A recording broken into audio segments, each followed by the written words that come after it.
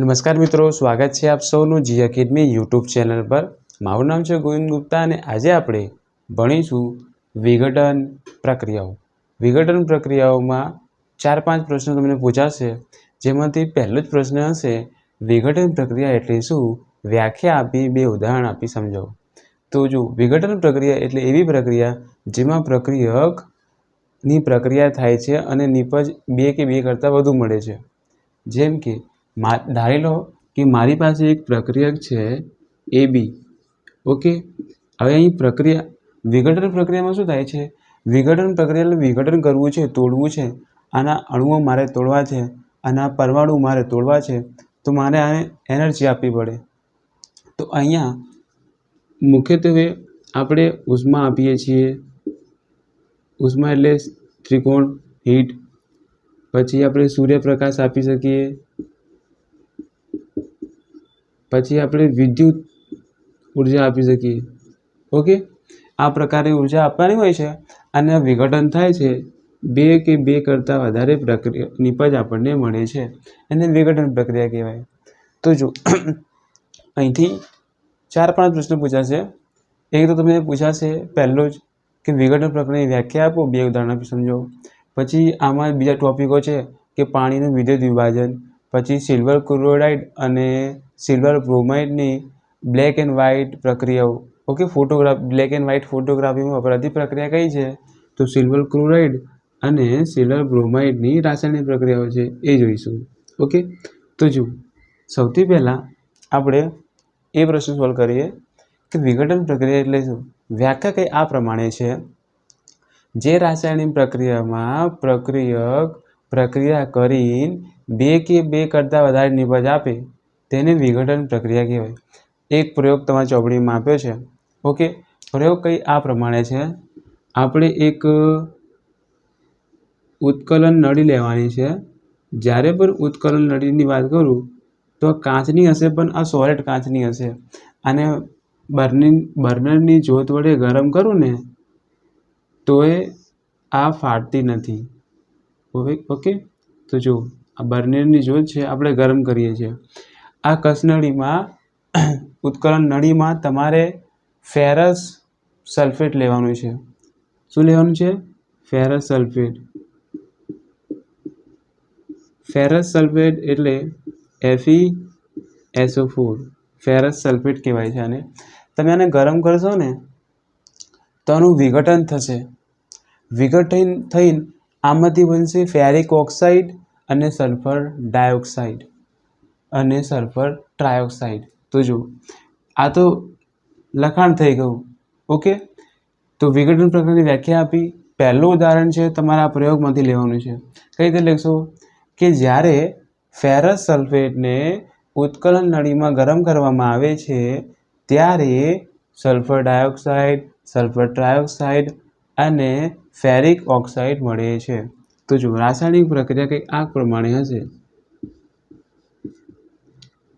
શું લીધું? આપણે લીધું ફેરસ સલ્ફેટ, ઓકે। સોલિડ સ્વરૂપમાં હશે। આપણે એને ઉષ્મા આપીએ છીએ। તમે કાં તો ઉષ્મા લખી શકો, કાં તો ત્રિકોણ લખી શકો છો, ઓકે। એનો સિમ્બોલ છે। અહીંથી મળશે આપણને ફેરિક ઓક્સાઇડ, પહેલાં યાદ રાખો, ferric oxide plus sulphur dioxide plus sulphur trioxide. Sulphur dioxide અને સલ્ફર ટ્રાયોક્સાઇડ બંને ગેસ છે એટલે આપણે G લખીશું। ફેરિક ઓક્સાઇડ આપણને સોલિડ સ્વરૂપે જોવા મળશે, ઓકે। પરંતુ અહીં રાસાયણિક પ્રક્રિયા સંતુલનમાં છે કે નહીં એ તો જોવી પડે ને। અહીંયા Feના પરમાણુ કેટલા હતા? અહીંયા 1 હતો અને 2 પરમાણુ થઈ ગયા, ઓકે। સલ્ફરનો 1 છે, સલ્ફરનો 1 છે, ઓક્સિજનના 4 છે, અહીંયા ઓક્સિજનના 2 છે, 2 ને 3 5, ઓહો। તો આ રાસાયણિક પ્રક્રિયા સંતુલનમાં નથી। સંતુલન કરવા માટે શું કરીશું? જો તો સૌથી પહેલાં તો એ અણુને આપણે સંતુલિત કરવા પડે કે જેના પરમાણુ સંખ્યા વધારે છે। અહીંયા 4 છે, અહીંયા ઓક્સિજન કેટલા છે? 3 ને 3 6, 6 ને આ 2 8 ઓક્સિજન છે। મારે 8 ઓક્સિજન અહીંયા છે, મારે 8 અહીંયા કરવા છે, તો આ 4 ઓક્સિજન અહીંયા છે, હું 2 વડે ગુણ દઉં તો થઈ ગયા, 4 દુ 8, એટલે 8 ઓક્સિજન મારે થઈ ગયા। અહીંયા પણ 8 ઓક્સિજન થઈ ગયા। Fe2 થઈ ગયા, Fe2 થઈ ગયા, પરંતુ સલ્ફર તો 2 થઈ ગયા ને. હવે જો સલ્ફર 2 થઈ ગયા તો આપણે અહીંયા સલ્ફર 2 કરવા, અહીંયા સલ્ફર 1 જ છે. હા, તો શું કરીશું, અહીંયા જો 2 મૂકી દઈએ, નહીં સલ્ફર એક સલ્ફર અહીંયા છે ને એક સલ્ફર અહીંયા છે. સમતુલનમાં છે. ઓકે, એક સલ્ફર અહીંયા, એક સલ્ફર અહીંયા, એટલે 2 સલ્ફર થઈ ગયા. તો આ રાસાયણિક સમીકરણ સમતુલનમાં આવી ગયું. હવે બીજો એક વિઘટન પ્રક્રિયાનું ઉદાહરણ છે, આપણી ચોપડીમાં આપેલું છે. એ છે આપણે જે જોયું હતું ને કેલ્શિયમ કાર્બોનેટ, જે આપણે સંયોગીકરણની પ્રક્રિયામાં જોયું હતું. ઓકે, જો કેલ્શિયમ કાર્બોનેટનું બીજું નામ આરસ પહાડ. ઓકે, આનું આપણે વિઘટન કરીએ. ઓકે, ગરમ કરીએ, ઉષ્મા આપીએ. હા, તો વિઘટન થાય છે કેલ્શિયમ ઓક્સાઇડમાં અને કાર્બન ડાયોક્સાઇડમાં. Calcium oxide plus carbon dioxide, carbon carbon calcium આવી ગયું, કાર્બન એક આવ્યું, ઓક્સિજન. ઓકે, થઈ ગયું. તો જો કેલ્શિયમ કાર્બોનેટ જે સોલિડ સ્વરૂપે રહેલો છે. ઓકે, કેલ્શિયમ ઓક્સાઇડ જેને શું કહેવાય, કડી ચૂનો પણ કહેવાય છે. કડી ચૂનું નામ યાદ રાખજો. ફોડેલું ચૂનું એટલે કેલ્શિયમ હાઇડ્રોક્સાઇડ. ઓકે, કે આ વાયુ સ્વરૂપે ઉડી જશે. તમારે અહીં ધ્યાન રાખવાનું છે કે કડી ચૂનું એનું બનાવટ, આ રાસાયણિક જે પ્રક્રિયા છે ને એનો ઉપયોગ થાય સિમેન્ટ બનાવવાના ઉદ્યોગમાં. હવે જે આ કડી ચૂનું બને ને એને સિમેન્ટ તરીકે ઉપયોગ લેવામાં આવે છે. ઓકે, બાકી તો આમાં તો કંઈ વધારે આપણે સંયોગીકરણની પ્રક્રિયામાં વાત કરી હતી કે કેલ્શિયમ કાર્બોનેટ કઈ રીતે બને છે. ઓકે, આમાંથી જ કેલ્શિયમ કાર્બોનેટ બને છે. આને કડી ચૂનો લેવાનો, પાણીમાં નાખવાનું, કેલ્શિયમ હાઇડ્રોક્સાઇડ બનશે. પછી કેલ્શિયમ હાઇડ્રોક્સાઇડનું ઓક્સિજન સાથે પ્રક્રિયા થાય છે, કેલ્શિયમ કાર્બોનેટ બને છે. ઓકે, આ બે પ્રક્રિયા લખશો તો તમને 2 માર્ક્સ અહીંથી મળી શકે છે. બીજી એક પ્રક્રિયા આની નીચે આપ્યો છે પ્રયોગમાં કે લેડ નાઇટ્રેટની જ્યારે પ્રક્રિયા કરવામાં આવે છે ઉષ્મા આપીને, ગરમ કરો. લેડ નાઇટ્રેટ PbNO3ની જ્યારે પ્રક્રિયા કરવામાં આવે છે ત્યારે કથ્થાઈ રંગનો ધુમાડો ઉત્પન્ન થાય છે. તો કથ્થાઈ રંગનો ધુમાડો કયા રંગનો હશે એવો તમને MCQ પૂછાઈ શકે છે. આની ચોપડીની નીચે જ છે. ઓકે, તો અહીં તમે નાઇટ્રોજન ડાયોક્સાઇડ લખી શકો છો. Okay, nitrogen dioxide. ઓકે, બરાબર, કથ્થાઈ રંગનો ધુમાડો. પ્રવૃત્તિ 1.6. ઓકે, અહીંયા જેટલું પણ તમે સાંભળો છો, જોવો છો, એના પછી આગ્રહ રાખું છું કે તમે ચોપડીનું વાંચન કરતા હશો. કારણ કે ચોપડીનું વાંચન નહીં કરો તો તમને ટેવ નહીં પડે. ઓકે, મોબાઈલમાં જોવાની ટેવ પડી ગઈ છે એટલે વાંચન થોડું ઓછું થઈ ગયું છે. પણ રિક્વેસ્ટ કરું છું કે વાંચતા રહેજો ચોપડીમાંથી જાતે, તો સમજશો. ઓકે, હવે જો આ તો થઈ વિઘટન પ્રક્રિયાની વાત, પરંતુ હવે અહીંથી એક બીજો પ્રશ્ન મળે છે 3 માર્ક્સનો કે પાણીનું વિદ્યુત વિભાજન સમજાવો. પાણીનું વિદ્યુત વિભાજન સમજો. પાણીનું વિદ્યુત વિભાજન સમજવા માટે આપણે એક પ્રયોગ કરીશું અને પ્રયોગના લખાણ પરથી આપણે પછી પ્રવૃત્તિ, પ્રક્રિયા એ બધું લખીશું. અવલોકન, નિર્ણય, શું તારણ આવ્યું એનું. તો જો વિઘટન આપણે જે હમણાં જોઈ ને ઉષ્મા આપીને વિઘટન થાય તો એને ઉષ્મા વિઘટન પણ કહેવાય. આ જે બંને પ્રકારની વાત કરી એ ઉષ્મા વિઘટનમાં પણ આવે. ઓકે, જેમ સંયોગીકરણની પ્રક્રિયામાં ઉષ્મા ઉત્પન્ન થતી હતી તો એને ઉષ્મા ક્ષેપક પેટા પ્રકાર હતો એમાં બીજા. ઓકે, એમ વિઘટન પ્રક્રિયામાં આપણે બહારથી ઉષ્મા આપવી પડે છે અને એવી રાસાયણિક પ્રક્રિયા જેમાં ઉષ્મા શોષાતી હોય, બહારથી આપી તો શોષાતી હોય ને, તો એને ઉષ્મા શોષક પ્રક્રિયા કહે છે. તો વિઘટન પ્રક્રિયાના બીજા નામ કયા છે?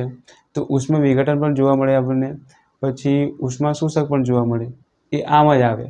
ઓકે, તો જો પાણીનું વિદ્યુત વિભાજન સમજીશું આપણે. એક ટોપિક છે એ લઈ લઈએ. આમ જ પાણીનું વિદ્યુત વિભાજન. તો જો સાંભળજો, હું બધું લખાણ લખીશ તો આ વિડીયો બહુ લાંબો થઈ જશે અને પછી તમારે જોવાની ઈચ્છા પણ ન થાય લાંબા વિડીયો, કારણ કે રીલ જોવાની આદત પડી ગઈ હશે. હવે જો સૌથી પહેલાં આપણે એક કપ લેવાનો છે. કપ લેવાનો છે, જે બોલું છું એ જ લખવાનું છું. કપ લેવાનો છે, કપમાં 2 છિદ્ર કરવાના છે, બૂચ લગાવી દઈશું રબરના બૂચ લગાવી દઈશું. અહીંયા રબરના બૂચ લગાવ્યા પછી ગ્રેફાઇટના 2 સળિયા ગોઠવવાના છે. ઓકે, આ ગ્રેફાઇટના સળિયા છે, યાદ રાખો, આ ગ્રેફાઇટના સળિયા. ઓકે, આ ગ્રેફાઇટના સળિયા. ઓકે, ગ્રેફાઇટ એટલે કાર્બનનું સ્વરૂપ છે. હવે આને 6 વોલ્ટની બેટરી વડે જોડવાનું છે. અહીંયા એક કળ મૂકી દઈશું. 6 વોલ્ટની બેટરી છે, વિદ્યુત કોષ કહીશું, બેટરી કહો તો ચાલે. હવે જોડી દીધું. હવે આને પાણીથી ભરી દેવાનું છે. ચલો. ઓકે, પાણીથી ભરી દો.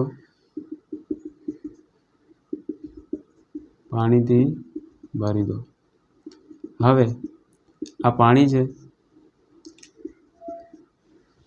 ઓકે, હવે જુઓ, અહીંયા મારે 2-3 ટીપા નાખવાના છે મંદ સલ્ફ્યુરિક એસિડના ટીપા નાખો તો પાણી કેવું થઈ ગયું? સલ્ફ્યુરિક એસિડ થઈ ગયું, એ પણ મંદ. હવે આની ઉપર 2 કસનળી લેવાની છે, જે પાણીથી ભરેલી છે, અને ઊંધી મૂકવાની છે. પાણીથી ભરેલી 2 કસનળી આના પર મૂકવાની છે, આ ગ્રેફાઇટના સળિયા પર અને આ ગ્રેફાઇટના સળિયા પર. ઓકે, અહીંયા થોડી ગેપ રાખીશું, એટલે અહીંયા જે હવા ઉત્પન્ન થશે ને એ તમને દેખાશે. ઓકે, જુઓ, બધા નામ આપી દઈએ. તો આ શું છે? બીકર કહી દો,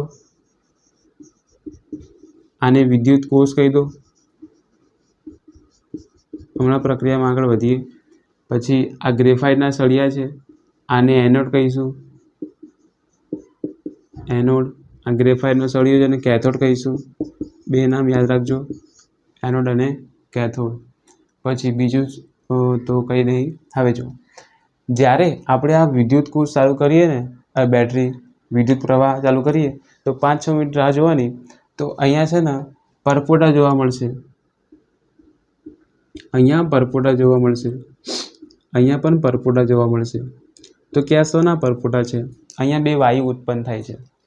એનોડ પર ઓક્સિજન વાયુ મળશે, કેથોડ પર હાઇડ્રોજન વાયુ મળશે. ઓકે, તો અહીં પાણીનું વિદ્યુત વિભાજન થયું એ આપણે જોઈએ. ઓકે, જેટલું પણ હું બોલ્યો બધું લખાણમાં આવી જાય છે. ફરીથી જો તમે સાંભળતા હો, જોવા માંગતા હોય તો ફરી લખાણ, જો તમે લખવા માંગતા હોય, કાં તો ચોપડીમાં છે પ્રવૃત્તિ 1.7, એમાંથી પૂછાયા જ છે. પ્રવૃત્તિ પણ છોડવાની નહીં, એવું નહીં કે પ્રવૃત્તિ છે છોડી દઈએ, પૂછાયા છે પ્રયોગ તરીકે. ઓકે, ફરીથી બોલજો. સૌપ્રથમ એક બીકર લેવાનું છે. બીકરના નીચે 2 છિદ્ર મૂકવાના છે, 2 રબરના બૂચ મૂકવાના છે, ગ્રેફાઇટના 2 સળિયા લેવાના છે, એકને એનોડ અને એકને કેથોડ કહેવાનું છે. બંને ગ્રેફાઇટના સળિયાને 6 વોલ્ટની બેટરી વડે જોડવાનું છે. પાણીથી ભરી દેવાનું છે. પાણીમાં પછી મંદ હાઇડ્રોક્લોરિક એસિડના 2-3 ટીપા નાખવાના છે. હવે 2 કસનળી લેવાની છે પાણીથી ભરેલી, એને ઊંધી મૂકી દેવાની છે. હવે સમગ્ર વિદ્યુત પ્રવાહ ચાલુ કરવાનો છે, અને થોડી વાર પછી રાહ જોવાની છે. એનોડ પર પરપોટા ઉત્પન્ન થશે, કેથોડ પર પરપોટા ઉત્પન્ન થશે. એનોડ પર જે પરપોટા ઉત્પન્ન થાય છે ઓક્સિજન વાયુના છે, કેથોડ પર જે પરપોટા ઉત્પન્ન થાય છે એ હાઇડ્રોજન વાયુના છે. તમે વાંચશો, અવશ્ય આવડશે. ઓકે, હવે અહીં રાસાયણિક પ્રકાર તમે કઈ રીતે લખશો? પાણીનું વિદ્યુત વિભાજન. તો જેમ કે આ પાણી છે, આ પાણીનું અણુ. ઓકે, જો આ 2 પ્રકાર તમારે લખવી પડશે. એકવાર તમે ઓક્સિજન ઉત્પન્ન કરતો દેખાવ અને એકવાર હાઇડ્રોજન ઉત્પન્ન કરેલું દેખાવ તો ચાલે. જો ઉષ્મા આપણે વિદ્યુત આપીએ છીએ. ઓકે, વિદ્યુત આપીએ તો ચાલે. વિદ્યુત પ્રવાહ અહીંથી મારે દૂર કરવું છે. કોણ? હાઇડ્રોજન વાયુ દૂર થશે, પ્લસ ઓક્સિજન વાયુ દૂર થશે. તો તમે જોશો આ લિક્વિડ છે. હવે આ લિક્વિડને એક્વા સ્વરૂપ બની ગયું છે, કારણ કે મંદ હાઇડ્રોક્લોરિક આવ્યું ને. ઓકે, હવે જો અહીં હાઇડ્રોજનના 2 અણુ, ઓક્સિજનનો 1 અણુ, ઓક્સિજનના 2 અણુ. તો અહીં શું કરીશું? 1/2 કરી દો. ઓકે, 1/2 ના કરવું હોય તો અહીંયા તમે 2 મોલ મૂકી શકો છો. સમતુલન કરવા માટે 2 મોલ મૂકી દો. તો અહીંયા 2 મોલ મૂકી દો. સમતુલિત થઈ ગયું, સમજાયું? હવે એક આનો વિઘટન પ્રકારનો ટોપિક છે, એમાં છેલ્લો એક ટોપિક છે બ્લેક એન્ડ વ્હાઇટ ફોટોગ્રાફમાં વપરાતી બે પ્રક્રિયાઓ. એક તો કઈ છે તો જુઓ, બંને એક જ જેવી પ્રક્રિયા છે. આપણે તડકામાં જવાનું છે. હવે અહીંયા જો ઉષ્મા આપણે અહીંયા ઉષ્મા જ આપીએ છીએ. પહેલાં ગરમીની ઉષ્મા આપી, અહીંયા વિદ્યુતની ઉષ્મા આપી. હવે આપણે આપીશું સૂર્યપ્રકાશની ઉર્જા. ઓકે, ઉર્જાના ઘણા બધા સ્વરૂપ છે. ઉર્જાનું પહેલું સ્વરૂપ ઉષ્મા, અગ્નિ સ્વરૂપે આપી છે. ઉર્જાનું બીજું સ્વરૂપ વિદ્યુત, ઉર્જાનું ત્રીજું સ્વરૂપ સૂર્યપ્રકાશ, સૌથી મોટો સોર્સ. ઓકે, હવે એક પ્રક્રિયા છે. ઓકે, આ પૂછી દઈએ તો જુઓ, બે પ્રક્રિયા છે. આપણે એક રકાબી લેવાની છે, રકાબી છે. ઓકે, રકાબીમાં થોડો આપણે લેવાનો છે silver chloride. Okay, silver chloride લેવાનું છે. અહીંયા સૂર્યદાદા છે. ઓકે, સૂર્યપ્રકાશ પડશે આના પર, થોડી વાર મૂકી દેવાનું છે. તો આનો રાખોડી રંગમાં ફેરવાઈ જશે. ઓકે, આ જે સિલ્વર ક્લોરાઇડ સફેદ રંગનો હોય છે, રાખોડી રંગમાં ફેરવાઈ જશે. એ રાખોડી રંગ કોનો છે તો કે સિલ્વરનો છે. કઈ રીતે? રાસાયણિક પ્રક્રિયા જુઓ, આપણી પાસે સિલ્વર ક્લોરાઇડ છે.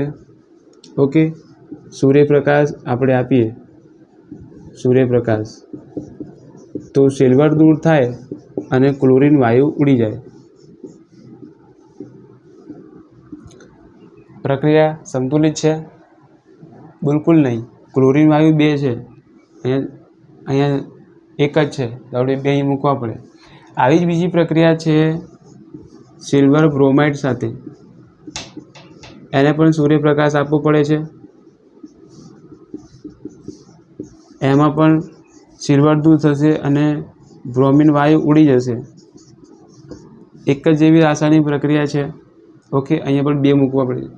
આ બંને પ્રક્રિયા, ઓકે, આ રાખોડી રંગનું હોય છે, આ પણ રાખોડી રંગનું હોય છે. આ બંને પ્રક્રિયા સિલ્વર ક્લોરાઇડનું વિઘટન અને સિલ્વર બ્રોમાઇડનું વિઘટન સૂર્યપ્રકાશની હાજરીમાં બંને બ્લેક એન્ડ વ્હાઇટ એટલે શ્વેત અને શ્યામ ફોટોગ્રાફીમાં વપરાતી રાસાયણિક પ્રક્રિયા છે. તમારે અહીંથી MCQ પૂછાઈ શકે છે. ઓકે, અને બીજો અગત્યનો MCQ, જ્યારે લેડ નાઇટ્રેટને ગરમ કરવામાં આવે ત્યારે કથ્થઈ રંગનો ધુમાડો ઉત્પન્ન થાય છે, એ નાઇટ્રોજન ડાયોક્સાઇડનો છે. એ યાદ રાખજો. એ ટોપિક મેં બોર્ડ પર નહીં સમજાવ્યો, પરંતુ ચોપડીમાંથી અવશ્ય વાંચજો. ઓકે, અહીંયા વિઘટન પ્રક્રિયાનું જેટલું પોર્શન હતું એ મેં કવર કર્યું છે. હવે આવનારા વિડીયોમાં આપણે વિસ્થાપન પ્રક્રિયા અને દ્વિવિસ્થાપન પ્રક્રિયા સાથે લઈશું. અહીં સુધી અમારો વિડીયો જોવા માટે આપનો ખૂબ ખૂબ આભાર. ફરી મળીશું. Thank you very much.